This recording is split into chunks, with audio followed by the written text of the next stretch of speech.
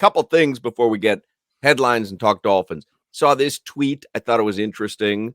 Trevor Lawrence, second half passing stats, because we always do this, whether it's the beginning of the season versus the end of the season, beginning of a game versus the end of the game. You know, you got to finish strong. We always put more onus towards the end of the season, the end of the game, than we do the beginning. I thought this was interesting. Trevor Lawrence, second half passing stats, 3 of 7, 37 yards, 0 TDs, 0 interceptions, 59.8 passer rating. Tua Tagovailoa, second half passing stats, 12 of 15, 206 yards, 1 touchdown, 0 interceptions, a 140.97 passer rating. The tweeter writes, which one is painfully average again? And I think those stats say 2 things to me. 1, Tua had a great second half, got it together. 2, Anthony Weaver made some adjustments at halftime and shut Trevor Lawrence down. Shut him down. One of my notes I had, because I knew we were talking about Dolphins today, was Anthony Weaver was very predictable early.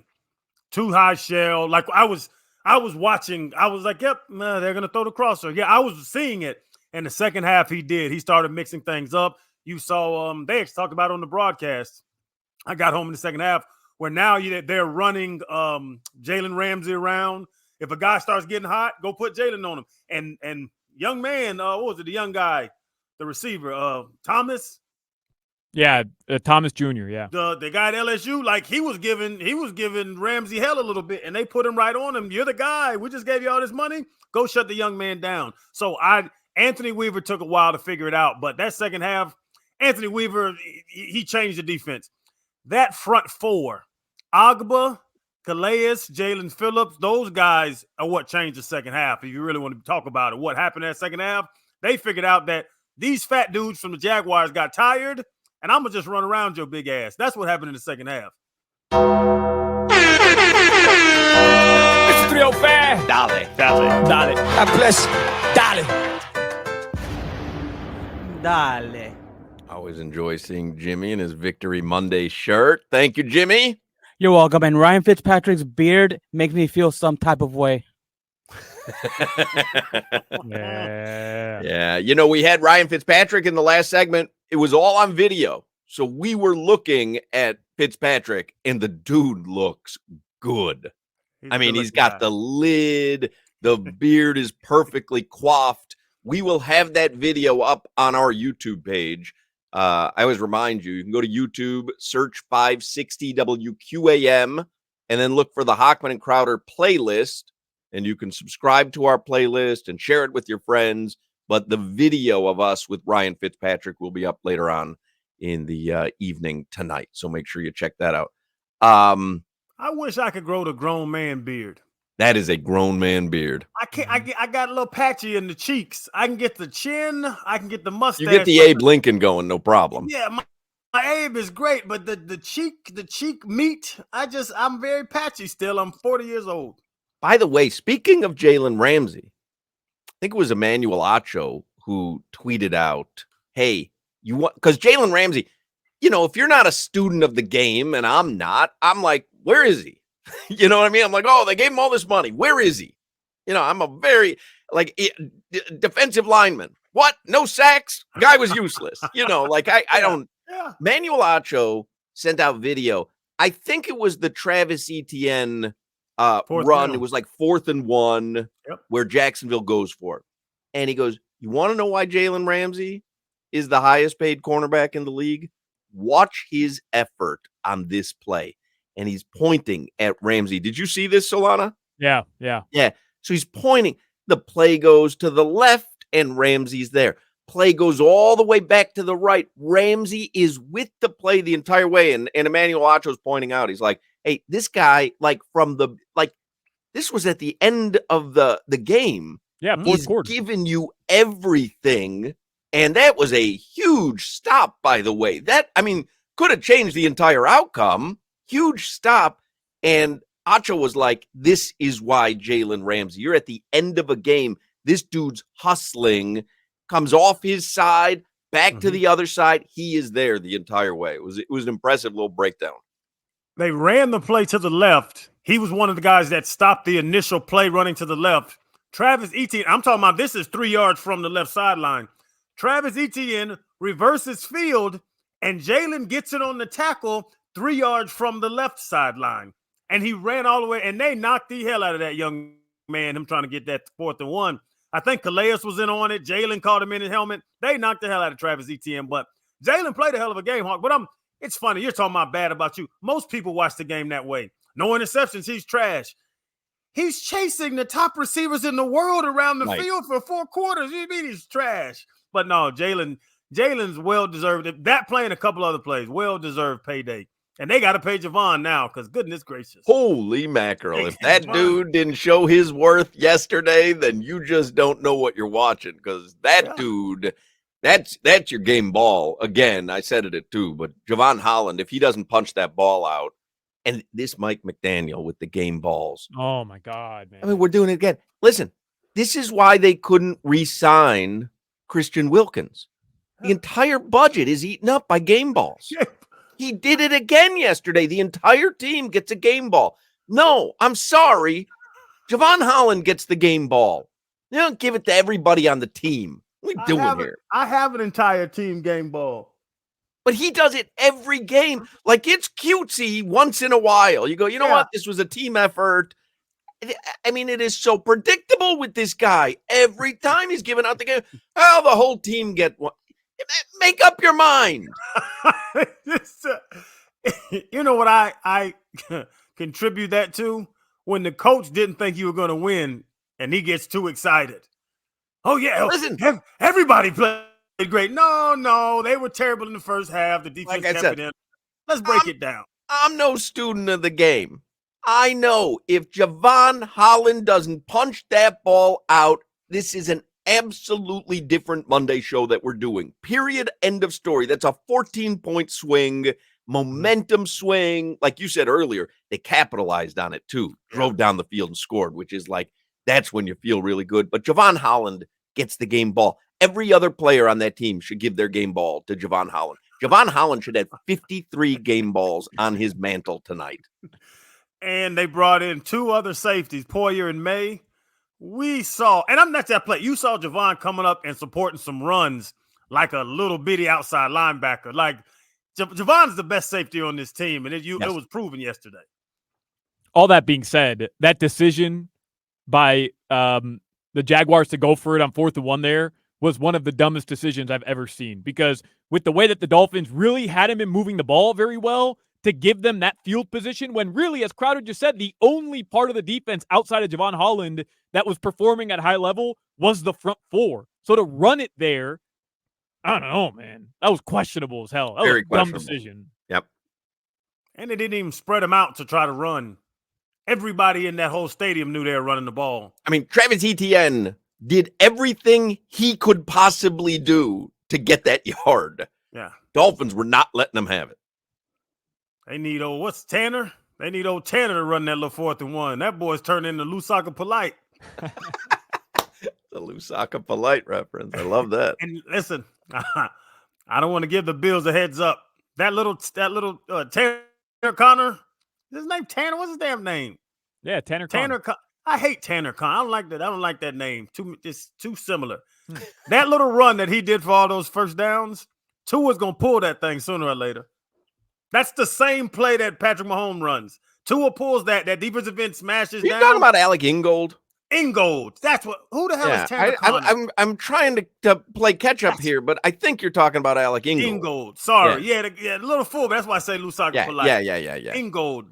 That play, that's the play you're waiting for when Tua pulls that little handoff and runs around the edge. Same play that Patrick Mahomes runs. Same play to all the not very athletic quarterbacks run. Over 30 yards. That's what it's going to be. I'm watched it. Telling you.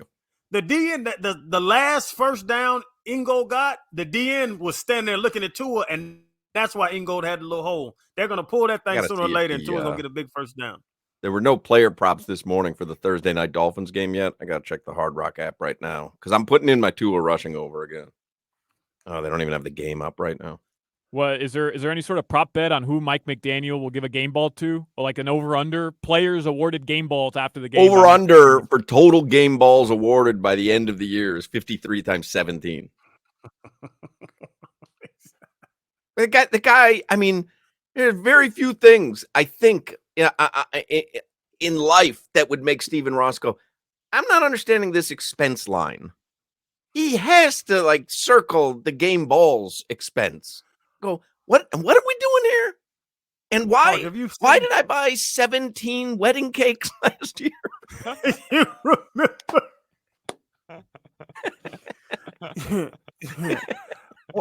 Wasn't the Hard Rock build out $495 million? Yeah, I think there's some expense lines he doesn't look at. You know that they were going to complete the entire roof if he didn't have to buy all those game balls. Do you know when you're sitting close to the field at a Dolphins or Hurricanes game and you get rained on? Do you know if they didn't buy all those wedding cakes last year, you wouldn't be sitting in the rain? I want to be in that meeting. But even at like a certain point, Crowder, you just said you have a team game ball. Like at a certain point, doesn't Tyreek Hill just say, "No, I don't want another team game ball"? Like, he throws those right out. There's no chance he keeps team game ball. I have one team game ball. I think it was Saban's first win, and then we have the greatest turnaround in NFL history from 1-15 to 11-5. No, against what was that? The Jets that year. We went up there, Brett Favre, and beat them. They gave everybody that ball. And I'll be honest, I kind of like my personal name, Channing Crowder game balls a little more. Yeah, I mean, everybody does. But, I mean, Jevon Holland deserved a game ball yesterday to me, period, end of story. Game ball goes to the best or most impactful player or play that particular game. You cannot make an argument that there was a bigger play than Jevon Holland. You're right. And what about a guy that accounts for half the quarterback's passing yards after being roughed up by the police in the parking lot? I think he deserves a little something extra. 1A, 1B. Maybe throw Reek a little something. If Jevon Holland doesn't make that play, the Dolphins, I believe, would have been down 24-7 because it was 17-7. It would have been down 24-7 with a couple minutes left in the third quarter. And with the way that their offense was looking for most of that game, you probably lose it. You probably lose that game. Especially because Jacksonville can then relax on defense, play back a little. Like, it's over. That would have been insurmountable. Yep. That was such a textbook punch-out. Like, I mean, that could be used as a tool to teach young safeties everywhere. That was a work of art. Peanut Tillman used to do it with the Bears for years. Yeah. That's exactly what he used to do. And Jevon did. And if he would have just made a tackle, Travis Etienne falls into the end zone. They were on like the 3-yard line. If he just goes and wraps him up, Travis Etienne stumbles into the end zone. Yep. He went for the ball and he knocked. It was beautiful. Saved the game. Changed the game. Have we started headlines yet, Solana? Nope.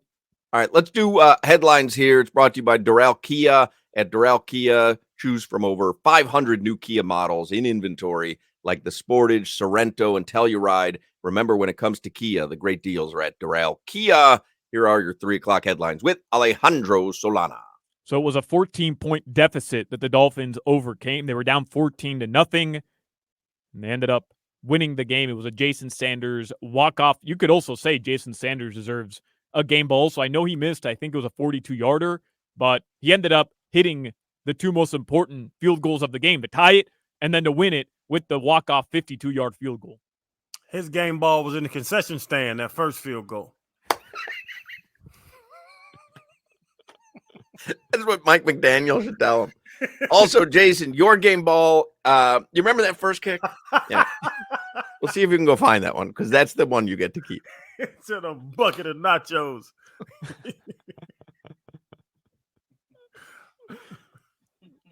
Tua finished with 338 yards and 1 touchdown. That touchdown, of course, to the Cheetah, 80 yards after the Jevon Holland punch-out.